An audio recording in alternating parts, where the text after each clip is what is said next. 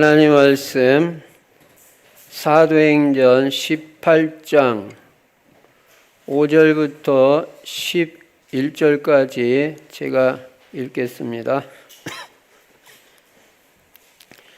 실라와 디모데가 마게도냐로부터 내려오매 바울이 하나님의 말씀에 붙잡혀 유대인들에게 예수는 그리스도라 밝히 증언하니 그들이 대적하여 비방하거늘 바울이 옷을 털면서 이르되 너희 피가 너희 머리로 돌아갈 것이요 나는 깨끗하니라 이후에는 이방인에게로 가리라 하고 거기서 옮겨 하나님을 사랑하는 디도 유스도라 하는 사람의 집에 들어가니 그 집은 회당 옆이라. 또 회당장 그리스보가 온 지방과 더불어 주를 믿으며 수많은 고린도 사람도 듣고 믿어 세례를 받더라. 밤에 주께서 환상 가운데 바울에게 말씀하시되 두려워하지 말며 침묵하지 말고 말하라. 내가 너와 함께 있음에 어떤 사람도 너를 대적하여 해롭게 할 자가 없을 것이니 이는 이 성중에 내 백성이 많음이라 하시더라. 1년 6개월을 머물며 그들 가운데서 하나님의 말씀을 가르치니라. 아멘. 오늘도 예수만 그리스도이시고 그리스도는 십자가에서 죽으시고 부활하심으로 우리 인간의 근본 문제를 비롯한 모든 문제를 다 해결하셨습니다. 그리고 그리스도 안에는 영육간의 모든 복이 다 들어있습니다.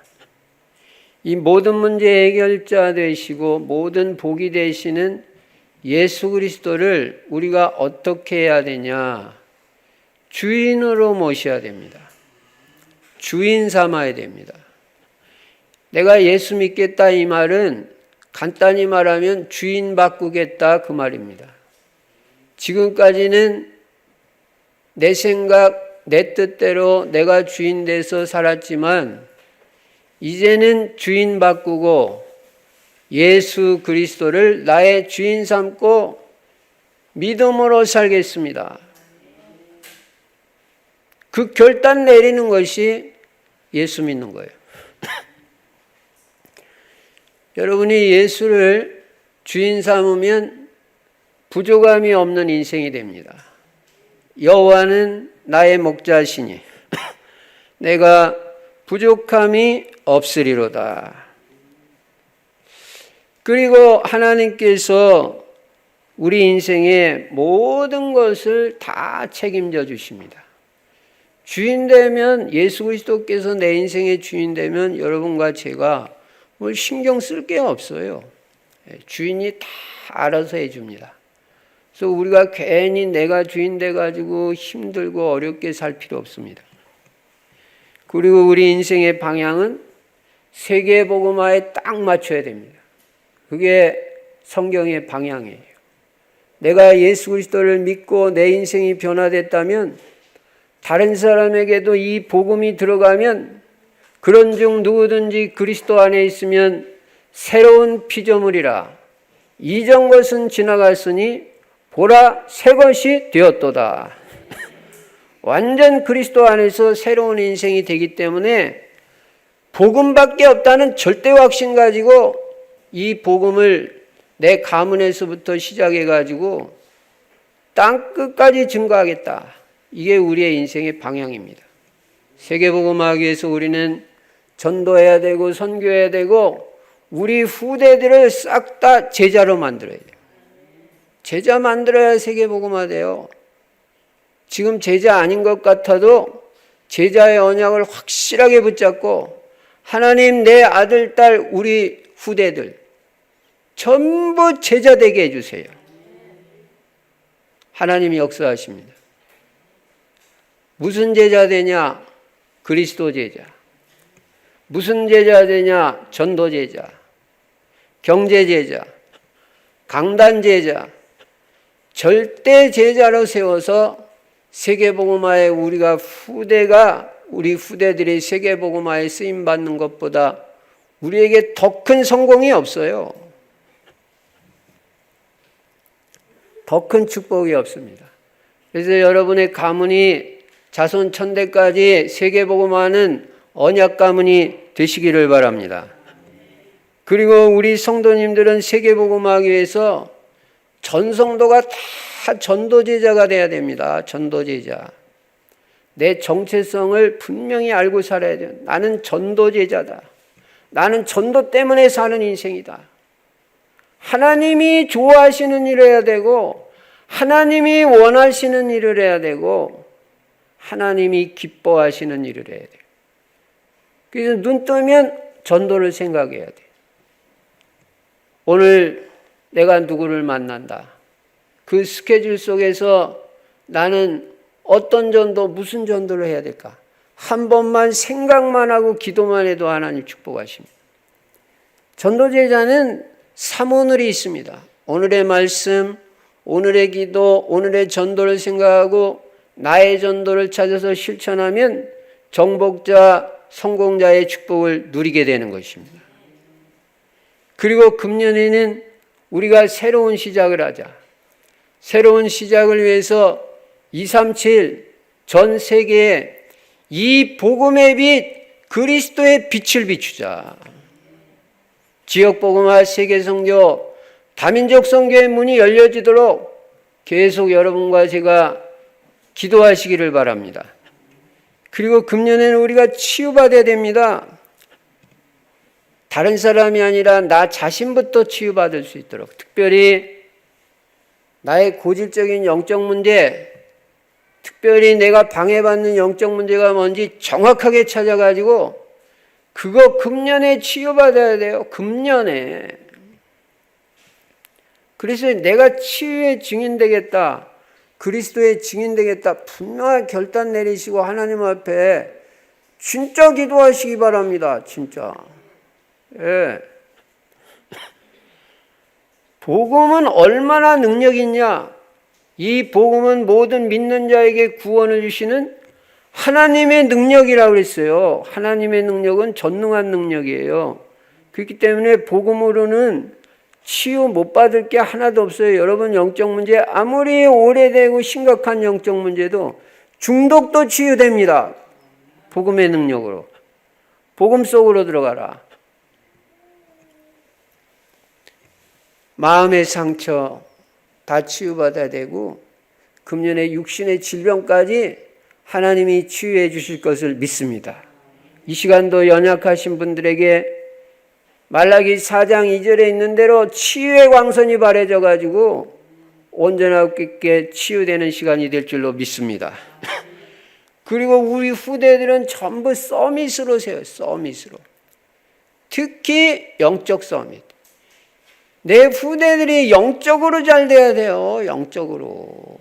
영적으로 탑이 돼야 된다. 영적 서밋. 예. 그래서 여러분, 후대들이 기도가 될 수 있도록 그렇게 인도받으시기 바랍니다. 기도가 돼야 돼요. 기도가. 예. 기도 수첩에서 지난주에 여러분 보셨습니까? 24 기도가 되면 기적이 일어난다. 저는 믿습니다.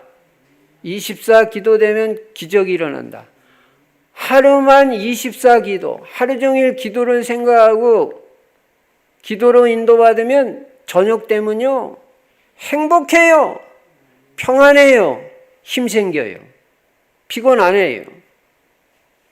이 어마어마한 기도의 행복과 이 기도의 축복을 우리가 누려야 되잖아요. 여러분, 기도 속에서 모든 일이 이루어지기 바랍니다. 그리고 그리스도 하나님의 나라 성령 충만은 매일 누리는 것입니다. 자, 우리가 지난주에는 내가 사는 지역에 하나님의 계획이 있고 내가 만나는 그 만남 속에 하나님의 계획이 있고 내 직업에 하나님의 계획이 있음을 깨닫고 응답받고 축복받아라, 그 말씀을 드린 겁니다. 그런데 바울을 보니까 바울이 이 고린도라는 지역에서 평생 잊지 못할 제자를 만난 겁니다. 그게 바로 브리스가 아굴라 부부입니다. 이런 게 만남의 축복이에요. 그래서 브리스가 아굴라 부부는 평생 바울의 제자가 되고 동역자가 돼가지고 또 후원자가 돼가지고 세계복음화에 같이 귀하게 쓰임받게 된 것입니다. 그러면 오늘 본문을 통해서 바울이 이제 고린도에 왔는데 고린도 전도 캠프는 어떻게 했느냐, 각 지역마다 약간씩 그 지역 상황에 따라서 캠프의 양상이 다르잖아요. 큰 첫 번째로 고린도 전도 캠프는 한마디로 말하면 말씀에 붙잡힌 전도 캠프예요.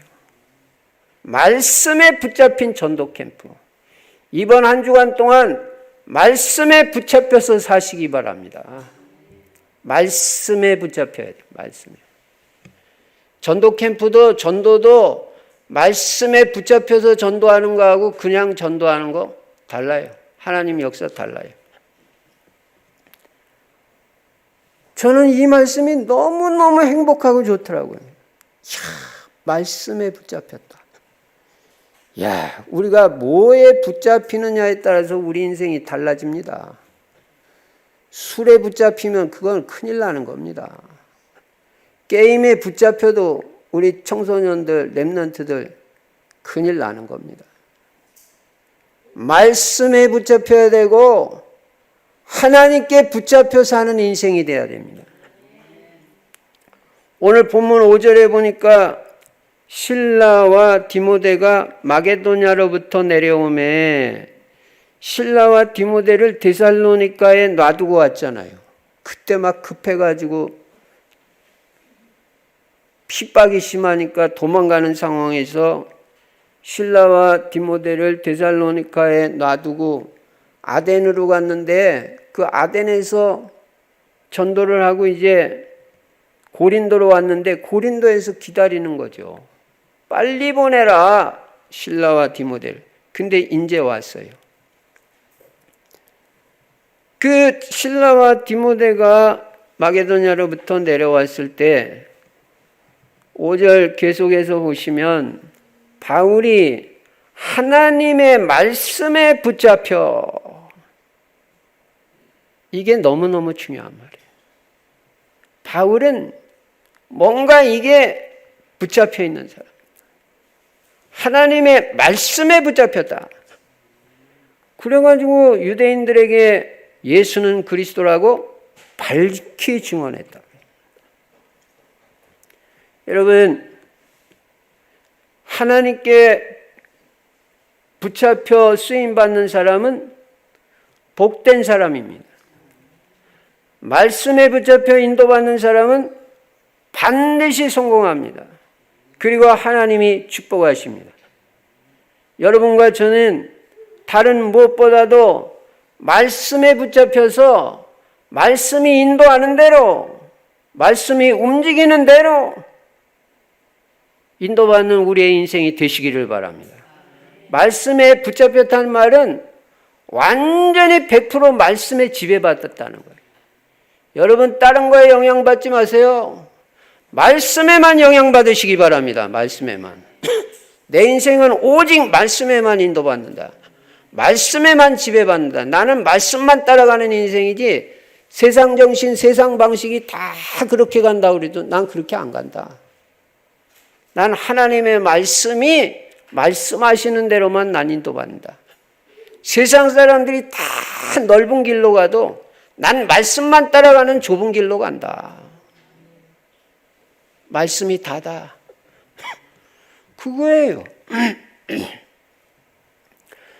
그래서 전도 캠프도 말씀에 붙잡혀서 인도받는 게 중요한 거예요.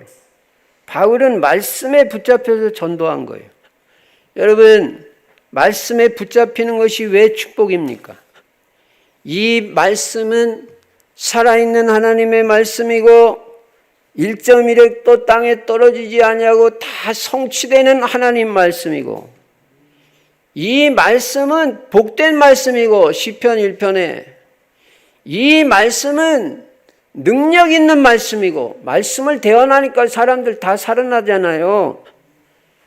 그리고 이 말씀은 축복된 말씀이라고 계시록 1장 3절, 이 말씀을 읽기만 해도 복이 있다, 듣는 자가 복이 있다, 행하는 자는 복이 있느니라, 묵상하는 자가 복이 있도다. 이런 복된 말씀에 내가 붙잡혀야 되잖아요.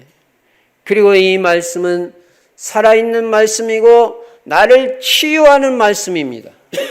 하나님의 말씀은 살았고 운동력이 있어 좌우의 날선 어떤 검보다도 예리하여 혼과 영과 및 관절과 골수를 찔러 쪼개기까지 한다. 여러분, 지금도 말씀 듣고 있는 여러분은 치유받고 있는 중인 걸 믿으시기 바랍니다. 영혼육이 지금 다 치유받고 있는 거예요. 제가 분명히 말씀드렸습니다. 말씀 듣기만 해도 치유받는다, 더군다나 은혜까지 받는다, 그건 말할 것도 없이 치유되고 있는 중이에요. 자꾸 말씀의 은혜를 받으세요. 말씀을 사모하는 사람 되시. 그 여러분, 우리는 말씀 붙잡고 살아야 되고, 더 좋은 말은 말씀에 붙잡혀 살아야 됩니다. 하나님의 말씀은 결코 우리를 실망시키지 않습니다. 사도행전 20장 32절에 보니까 나를 세우는 것은 하나님의 말씀뿐이라고 말씀합니다. 나를 확립시키고 세우는 것은 하나님의 말씀밖에 없어요. 말씀, 하나님의 말씀이 내 인생을 세워주고 전도 현장에서 그 말씀은 성취된다. 그래서 전도 캠프도 말할 것이 없이 말씀에 붙잡혀서 나가야 돼. 오늘도 전도 캠프하는 조는 말씀에 붙잡혀서 인도받기 바랍니다. 바울은 이 말씀을 붙잡고 말씀에 사로잡혀 전도 캠프했습니다. 한 주간 동안, 이번 한 주간 동안도 말씀에 붙잡혀서 인도받는 한 주간이 되기 바랍니다. 일주일 내내 말씀이 생각나고 그 말씀이 여러분의 삶을 지배하기 바랍니다. 말씀 없는 전도 캠프 없고 말씀 없는 신앙생활 없습니다. 그래가지고 전도 현장에서 내가 붙잡힌, 내가 붙잡은 말씀, 내가 사로잡힌 그 말씀이 전도 현장에서 성취되는 것을 확인하는 게 신앙생활이고, 일주일 동안 신앙생활하면서 내가 붙잡은 말씀, 사로잡힌 그 말씀이 그대로 내 삶의 현장에서 성취되는 것을 확인하는 것이 신앙생활이다. 말씀과 떨어진 신앙생활은 없는 거예요. 무당과 우리의 차이가 뭡니까? 무당은 메시지가 없잖아요. 우리는 말씀이 있는 줄로 믿습니다. 말씀에 붙잡힌 그런 신앙생활, 그런 전도 캠프. 오늘도 이 말씀을 통해서, 예배를 통해서 여러분의 인생의 해답이 말씀을 통해서 여러분에게 임하는 시간이 될 줄로 믿습니다. 그래가지고 바울은 이 말씀에 붙잡혀서 어떻게 했어요? 조금 전에 읽은 말씀처럼 바울이 하나님의 말씀에 붙잡혀 유대인들에게 예수는 그리스도라 밝히 증언하니 그랬어요. 말씀에 붙잡혀가지고 유대인들에게 단순하고 명쾌하고 핵심적인 메시지, 예수는 그리스도다, 그 메시지를 한 거예요. 여러분도 말씀에 사로잡혀가지고 이번 한 주간 동안 어디 가든지 예수는 그리스도라고 밝히 증언하시기 바랍니다. 우리가 메시지 복잡하게 생각할 거 없어요. 바울이 아덴에 들어가가지고 좀 철학적으로 장황하게 설명했는데 열매가 다른 지역보다는 덜 났어요. 근데 나는 지금 오늘 이 사도행전 18장 5절에 바울이 말씀에 사로잡혀가지고 유대인들에게 예수는 그리스도라고 밝히 증언했다. 이 말을 여기 보면서 너무 속이 시원한 거예요. 단순하고 그냥 핵심적인 메시지 하나로 그냥 치고 들어가는 거예요. 복잡할 게 없어요. 구원받기로 작정된 자는 예수가 그리스도라면 알아들어요. 알아듣고 영접한단 말이에요. 우리는 뭐 장황하게 뭐 설명 많이 하면 뭐 전도는 설득이 아닙니다. 하나님의 성령의 역사지. 우리가 착각하면 안 돼. 그래서 우리가 전도 대상자를 놓고 기도하는 거지. 내가 뭐 설득해가지고 좋은 말로 많이 말해가지고 다 예수 믿게 된다면야 뭐 예수 안 믿을 사람 어디 있겠어요? 그거 아니에요. 예수는 그리스도라는 이 메시지. 그래서 우리가 평생 붙잡아야 될 언약은 오직 하나예요. 예수만 그리스도라는 거예요. 평생 증거할 메시지도 오직 예수만 그리스도다. 유일한 구원자. 나를 죄와 저주에서 사망 권세, 지옥 권세, 사탄 마귀 권세에서 해방시킨 유일한 구원자가 예수 그리스도다. 그거예요. 현장에 필요한 메시지는 다른 메시지가 필요한 게 아니에요. 예수가 그리스도라는 메시지가 필요한 거예요. 좋은 말 하려고 그런 생각하지 마시기 바랍니다. 누구 뭐 감동시키려고 그런 생각하지 마시기 바랍니다. 그냥 예수는 그리스도라고 선포하세요.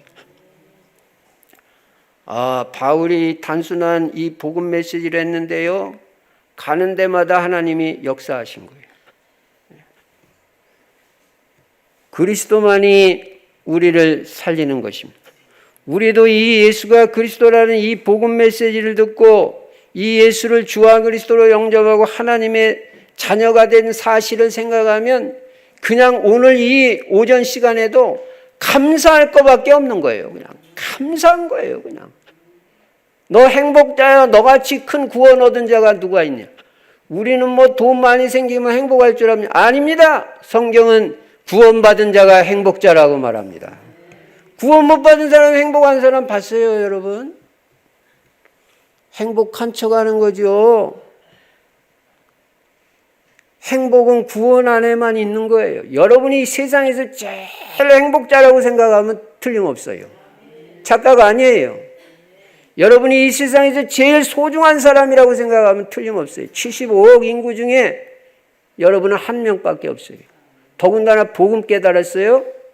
미래에 대해서는 조금 더 염려할 필요가 없다. 제가 분명히 말씀드렸습니다. 염려하는 거 그거 안 좋은 거다. 염려하지 마라. 왜 하나님의 자녀가 염려를 합니까? 특히 네 가지 염려하지 말라고 분명히 말씀드렸습니다. 돈 염려하지 마라. 건강 염려하지 마라. 자녀 염려하지 마라. 미래 염려하지 마라. 아무것도 염려하지 말고 오직 모든 일에 기도와 간구로 너희 구할 것을 감사함으로 하나님께 아뢰라. 그리하면 모든 지각에 뛰어난 하나님의 평강이 그리스도 예수 안에서 너희 마음과 생각을 지키시리라. 염려도 자꾸 하다 보면요 습관돼요. 그 다 필요 없는 거예요. 그거 오늘 이후로 끊으시기 바랍니다. 십자가에서 여러분 모든 문제 다 해결된 걸 믿으시기 바랍니다. 그래가지고 이제 예수는 그리스도라고 말했더니 반응이 어떻게 나옵니까? 6절에 보니까 그들이 대적하여 비방하거늘. 첫 번째 반응, 대적과 비방이 나왔어요. 참나 이거 뭐 좋은 말 복음 메시지 하는데 대적을 하고 말해. 유대인들이 회당에서요. 그리고 막 비방하는 거예요. 그러니까 바울도 그냥 이런 적이 별로 없었는데 바울이 조금 마음에 분이 일어난 것 같아요. 그래가지고 어떻게 했어요? 옷을 다 털어버렸어요. 바울이 그냥 옷을 털면서 이르되 너희 피가 너희 머리로 돌아갈 것이요. 이 말은 나는 분명히 너희들한테 복음 전했다. 너희들이 영접 안 하고 받아들이지 않으면 너희들 인생에 하나님의 심판이 이른다. 강한 말이에요. 너희 피가 너희 머리로 돌아갈 것이요. 나는 깨끗하니라. 이 말은 나는 복음 전할 사명이 있는데 이 책임 다 했다. 분명히 너희들한테 복음 전했다. 너희들 복음 안 받아들였다. 하나님의 심판이 와도 너희들 할 말 없다. 딱 선언해버립니다. 그리고 뭐라고 말해요? 이후에는 이방인에게로 가리라. 더 이상 너희들 안 받아들이니까 나 설득 안 한다. 복음을 안 받아들이면 이 복음이 다른 사람에게 넘어가는 거예요. 그래서 바울이 이방인에게로 향한 거예요. 참 안타깝죠. 그래서 이 마귀는 지금도 분명히 활동을 하고 있는데 이 사탄 마귀는 예수 그리스도 밝히 말하는 걸 제일 싫어하고 두려워해요. 그래서 대적하고 비방하는 거예요. 불신자는 예수 못 믿게 방해하고 신자는 하나님 자녀의 축복을 모르고 또 못 누리게 방해하고. 여러분, 그리스도 안에 엄청난 축복이 있습니다. 하나님의 자녀는 최고의 신분입니다. 신분과 권세를 풍성하게 누리는 여러분이 되시기 바랍니다. 그렇지만 비방과 대적만 있는 게 아니에요. 7절에 보시니까요. 거기서 참 옮겼다. 회당에서 못 자나게 하니까 참 하나님 역사 감사하죠. 옮길 때가 생겼어요. 그게 뭐냐? 하나님을 경외하는 디도 유스도라 하는 사람의 집에 들어가니, 이야, 이 사람이 예수를 믿은 거예요. 디도 유스도. 근데 그 사람 집이 어디 있나 했더니 바로 회당 옆이에요. 그 집은 회당 옆이라. 이거 하나님 다 예비하신 거 아니에요? 그러니까 회당에서 못 전하게 하면 좋다.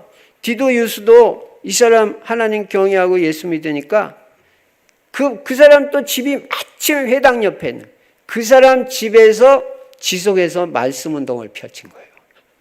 그래가지고 그냥 많은 고린도인들이 믿게 되고, 또 8절에 보니까 또 회당장 그리스보가 온 지방과 더불어 주를 믿으며, 이야, 이런 제자들이 나와. 회당장이 돌아왔어. 회당장. 예. 회당에서 제일 높은 사람이에요. 회당 책임지고 있는 사람이에요. 근데 그 사람 그리스보라는 사람이, 이 사람은 완전히 은혜 받았어요. 그래가지고 자기만 믿은 게 아니라 온 지방과 다 싹 더불어 예수를 믿게 됐어요. 이야, 주 예수를 믿으라. 그리하면 너와 내 집이 구원을 얻으리라. 하나님은 여러분 가문이, 여러분 한 사람만 구원받기를 원하시는 게 아니라 여러분 가정 식구들 다 구원받기를 원하십니다.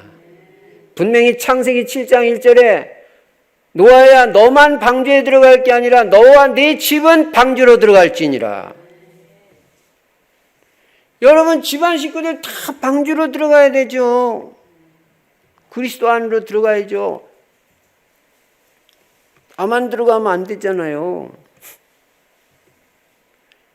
그리스도가 온 지방과 온 집안이라 다 더불어의 역사가 일어나기 바랍니다. 더불어 다 주를 믿고, 거기서 한 단계 더 나가서 그냥 수많은 고린도 사람도 듣고 이 복음 메시지 들었어요. 예수는 그리스도 듣고 믿은 거예요. 믿고 세례까지 받은 거예요. 이 역사가 대역사가 일어나. 많은 사람들이, 수많은 사람들이 고린도에서 핍박도 오지만 동시에 많은 열매가 일어나요. 예. 그러면서 하나님께서 바울에게 힘을 더해 주시는데 9절에 보니까 밤에 주께서 환상 가운데, 여러분 환상이라는 거는 잠자다가 보이는 게 아닙니다. 기도하는 가운데. 그러니까 밤에 바울이 기도하는데 바울에게 말씀하시되 두려워하지 말며 침묵하지 말고 말하라. 이야, 이거 참 희한하죠. 어떤 데는 가면 핍박이 일어나면 막 돌 가지고 우리가 이미 봤잖아요. 대드니까 피하지 않을 수가 없어가지고 도망간 케이스가 여러 건 있잖아요. 데살로니가에서도 그랬고 베레아에서도 그렇고. 그런데 이 고린도에서도 핍박이 들어오는데 요번에는 달라요. 요번에는 하나님이 괜찮다는 거예요. 너 도망가지 말라는 거예요. 그러니까 케이스 바이 케이스로 진짜 기도하면서 각 지역마다 전도 캠프 할 때 성령의 정확한 인도를 받는 게 중요합니다. 피할 때가 있고 계속 머무르면서 집중적으로 그램에도 불구하고 복음 전할 때가 있다는 거예요. 그러니까 우리는 늘 깨어서 기도해야 되는 거예요. 바울에게 뭐라고 말씀하시면 두려워하지 말며 침묵하지 말고 말하라 그래 말하라. 핍박이 있어도.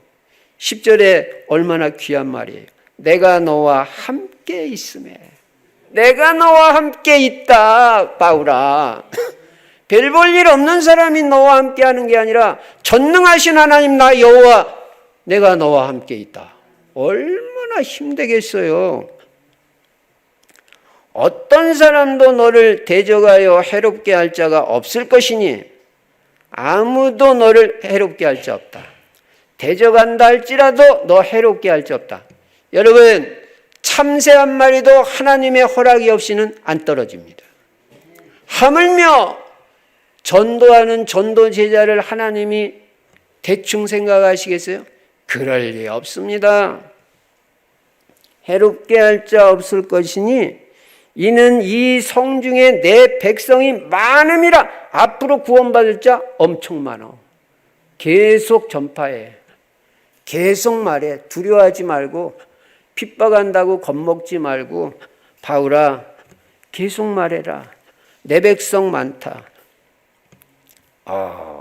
하나님이 바울에게 이렇게 힘을 준 거예요. 여러분 하나님은 오늘도 여러분과 함께 있음에 믿으세요. 하나님이 여러분과 함께 하십니다. 두려워하지 마세요. 겁먹지 마세요. 염려하지 마세요. 하나님은 전능하신 하나님으로 우리의 아버지가 돼가지고 다 지켜주시고 보호해주시고 여러분 머리카락 하나도 상하지 않도록 지켜주실 것입니다. 그래서 계속 복음 말해라 그랬어요. 그래 바울이 어느 정도 말했어요? 11절에 보니까 1년 6개월을 머물며 그들 가운데서 하나님의 말씀을 가르치니라. 여태까지 들어갔던 지역 중에 최고 오래 머물렀던 지역이 고린도에 1년 6개월. 그래가지고 여기 교회도 세워지고 대역사가 있는 거예요.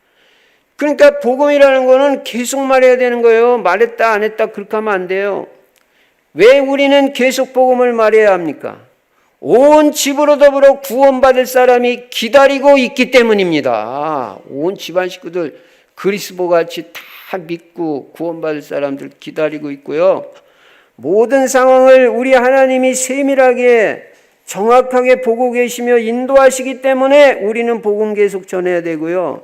10절에 위기 때도 하나님은 전도자와 함께 하시기 때문에 계속 복음 전해야 되고요. 마태복음 28장 20절 볼지어다 내가 세상 끝날까지 너희와 항상 함께 있으리라 하시니라. 항상 함께. 교회 올 때만 함께 하는 게 아니라 이따 집에 돌아가는 시간에도 함께 하시고 집에서도 함께 하시고 직장에서도 함께 하시고 눈 뜨고 활동할 때도 함께 하시고 잠잘 때도 함께 하시고 아이고 얼마나 편해요. 여러분 신경 쓸 거 없어요. 다리 쭉 뻗고 편안하게 주무세요. 하나님 함께 하시니까요. 뭘 고민을 하고 불면증이 이해가 안 되는 거예요. 그냥 누우면 잠이 그냥 스르르 와야지 정상이죠. 잘 안 오면 깊이 호흡하면서 기도해 보세요. 하나님 성령으로 이 밤에도 충만케 하여 주시옵소서. 성령 충만의 기도 제목은 모든 거예요. 그러다 보면 몇 번 하다 보면 잠 스르르 와버려요. 불면증, 우울증, 중독, 정신문제, 치유는 오직 예수 그리스도밖에 없다. 복음 묵상만 해도 치유된다. 그 다음에 왜 우리가 계속 복음 전해야 되냐? 우리를 해할 자 없다고 그랬어요. 아무도 해 못한다. 우리 고양시, 파주시, 서울시 아무도 여러분 사는 지역에서 복음 전할 때 해할 자 없으니까 전하세요. 그리고 각 지역에 예비된 제자가 많이 있으니까 하나님 백성 많으니까 계속 전하세요. 현장 말씀 운동은 이렇게 지속돼야 됩니다.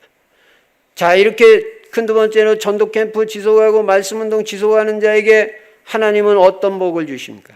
최고의 복을 주십니다. 마가복음 11장 29절 30절에 보니까 이 땅에서 전도자보다 더 큰 복을 받는 사람 아무도 없어요. 100배의 복을 받는다. 100배는 만수예요. 그리고 이사야 60장의 축복을 받습니다. 일어나라 빛을 발하라 작은 자가 천을 이룰 것이다. 교회 부흥의 역사가 일어납니다. 약한 자가 강국을 이룰 것이다. 약한 자가 건강하게 돼요. 바다의 풍부과 은근과 재물이 돌아올 것이다. 복음 안에 경제 회복도 있어요. 전도하고 선교하는 개인이나 나라나 교회마다 경제 축복을 안 주신 예가 없어요. 우리 충실교회는 하나님께서 재정의 축복을 넘치게 부어주실 것을 확신합니다. 우리는 전도 때문에 있는 교회고 선교 때문에 있는 교회고 후대 때문에 있는 교회지 딴 목적이 뭐 있어요? 너무나 확실한 거예요. 우리는 그렇게 강하게 말하잖아요. 전도 안 할 바에 이 땅에 있을 이유가 없는 거다.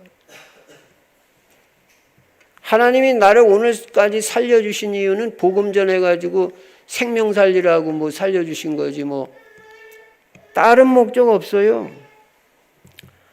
그리고 빌립보서 4장 19절에 나의 하나님이 그리스도 예수 안에서 영광 가운데 그 풍성한 대로 너희 모든 쓸 것을 채우시리라.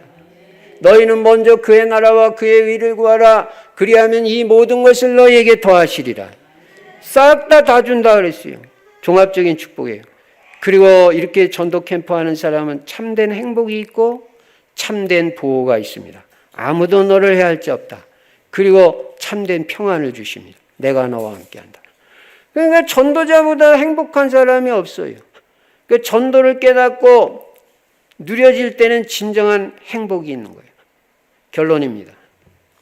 이제는 우리는 작은 일이라도 하나님이 원하시는 일을 하시기 바랍니다. 하나님이 원하시는 일을 하는 사람은 반드시 하나님이 축복하실 것입니다.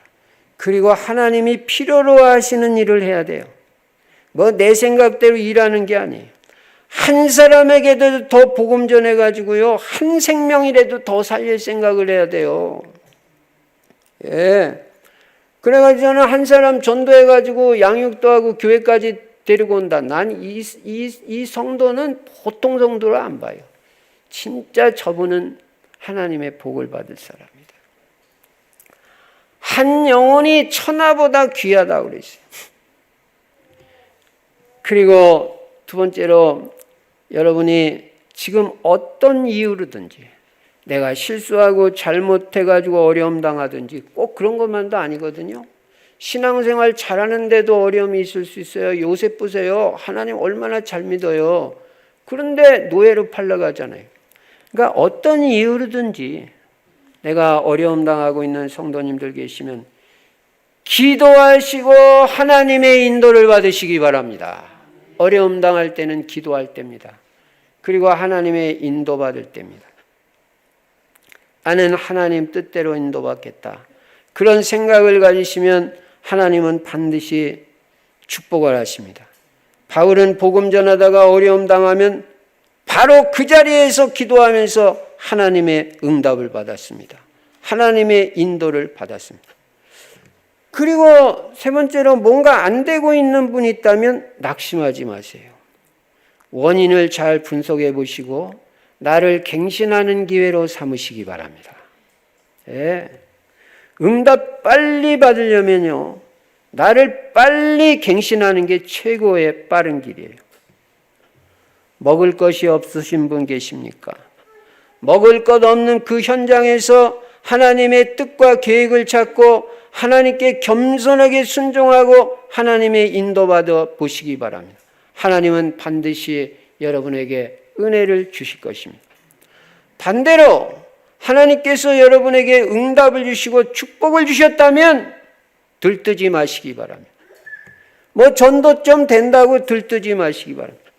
교만하지 말고 내가 했다고 간증하지 마시기 바랍니다. 내가 뭐 기도 많이 했더니 내가 뭐 이 동네를 몇 바퀴 돌았더니 전도가 잘 됐다. 내가 했다. 그런 소리 하지 마세요. 다 하나님이 하신 것이지 내가 한 거 하나도 없어요. 다 하나님의 은혜입니다. 간증은 되도록 하지 마시고요. 꼭 하려면 하나님의 은혜라고만 말하세요. 내가 눈꽃만큼 더 나타나면 안 돼요. 그러니까 나는 아주 간증을 아예 하지 말라는 거예요. 실수하기가 쉬우니까. 다 하나님의 은혜로 된 거예요. 하나님은 여러분이 하나님 주신 축복을 알기를 원하시고 하나님이 여러분에게 은혜 베풀어 주신 거 알기를 원하셔요. 그것도 모르고 살면 그거는 좀 아니잖아요. 그래서 나 자신을 볼 땐 하나님 앞에 감사하고 죄송할 마음이 있어야 돼요. 왜요? 나는 한 것도 없는데 하나님이 이렇게 축복을 해주신 난 죄송하고 그냥 감사할 것밖에 없다. 이제는 뭐가 잘 안 되는 분도 또 반대로 잘 되는 분도 생각을 바꾸시기 바랍니다. 하나님의 생각이 내 생각보다 훨씬 더 크고 높으시다고 생각하시기 바랍니다. 하나님 생각이 더 커요. 이사야 55장 8절 9절에 말씀했어요. 아무리 여러분이 잘하고 있어도 저 더 잘할 수 있는 부분이 있는 거예요. 그거 깨달아야 돼요. 그리고 내 대신 다른 사람이 그 일을 하면 더 잘할 텐데 이런 겸손한 생각이 우리에게 있어야 돼요. 나 없어 봐라 우리 직장 돌아가나. 그게 얼마나 못된 생각이고 교만한 생각이에요. 우리 교회 나 없어 봐라. 우리 교회는 그런 사람 한 사람도 없지만 그게 참 아닙니다. 어떻게 생각해야 돼요?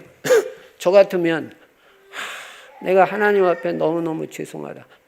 나보다 더 훌륭한 목사들도 더 많은데 그러면 더 훌륭한 목사가 와서 우리 충실교회 목회를 하면 우리 성도님들이 더 축복을 받고 더 잘 될 텐데 내가 성도님들 앞에서 민폐를 끼치고 있구나. 죄송하다. 이게 올바른 생각이지. 내가 우리 성도님들을 위해서 맨날 기도도 하고 내가 이렇게 했는데 이거 아니에요. 올바른 생각해야 돼요. 우리 중직자들도 내가 우리 교회를 이만큼 섬긴. 아닙니다.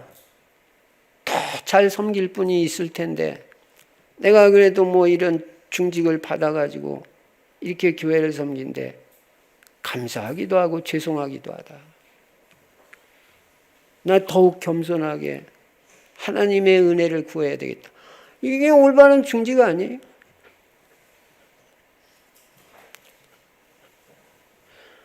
그 다음에는 어떤 상황이나 어떤 환경에서도 그 상황, 환경에 묶이지 마세요.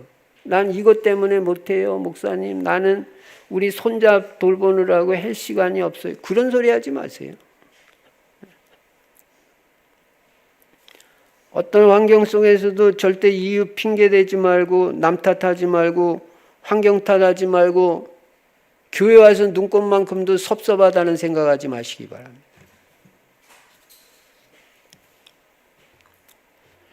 문제는 무조건 기회라고 알고 갱신의 기회, 응답의 기회, 축복의 기회, 성공의 기회로 삼으시기 바랍니다.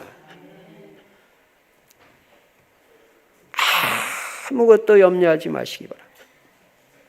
결론 중에 결론, 진정한 감사가 회복돼야 됩니다. 그게 결론이에요. 여러분 진짜 모든 거 감사 안 해요? 복음 있는 교회 만난 것도 너무 감사하고 오늘 내 발로 이 교회당까지 온 게 너무 감사하고 우리 대한민국 가을 날씨같이 좋은 나라는 세상에서 찾을 수가 없어요. 가족이 있다는 것도 감사하고, 내가 오늘 살아있다는 사실이 감사하고, 복음 메시지를 들으면서 내가 힘을 얻는다는 사실이 너무너무 감사하고, 내가 이 복음 있는 교회에서 중직으로 섬긴다는 게 나는 너무너무 자격도 없는 자가 섬기는 게 너무너무 감사하고, 이런 사람이 치유받고 응답의 문이 열리는 것입니다. 성령의 역사가 일어납니다. 원망불평이라는 건 내 인생의 사전에 없다. 정신문제 있는 사람의 최고 특징이 원망불평이다. 정신병원에 가면은 감사라는 단어는 들어볼 수가 없어요. 제가 여러 번 말한 대로 1년 반 정신병원에 가봤거든요. 내가 아파서 갔다는 게 아니라 사역회로 정신문제 있는 사람 치유사역회로 들어갔는데 말할 때마다 하면 원망불평을 먹어요. 굉장히 그리고 율법적이에요. 맨날 따지고 특히 남이 잘못한 건 다 기억하고 있고 은혜 있고 내가 혜택 받은 건 아무것도 몰라요. 우리 아버지 우리 엄마가 언제 이렇게 잘못했다는 건 다 깨고 있는데 감사는 없어요. 여러분 오늘 진정한 감사가 회복되며 두 단어를 꼭 이번 한 주간 동안 기억하시기 바랍니다. 첫째 단어 말씀에 붙잡혀, 두 번째 단어 하나님이 나와 함께 하심에 승리하시기를 주의 이름으로 축원합니다. 전능하신 우리 아버지 하나님, 감사 찬송 영광 돌립니다. 한 주간 동안도 말씀에 사로잡혀 인도받게 하시고 말씀에 사로잡혀 전도 캠프 할 수 있도록 은혜를 베풀어 주옵소서.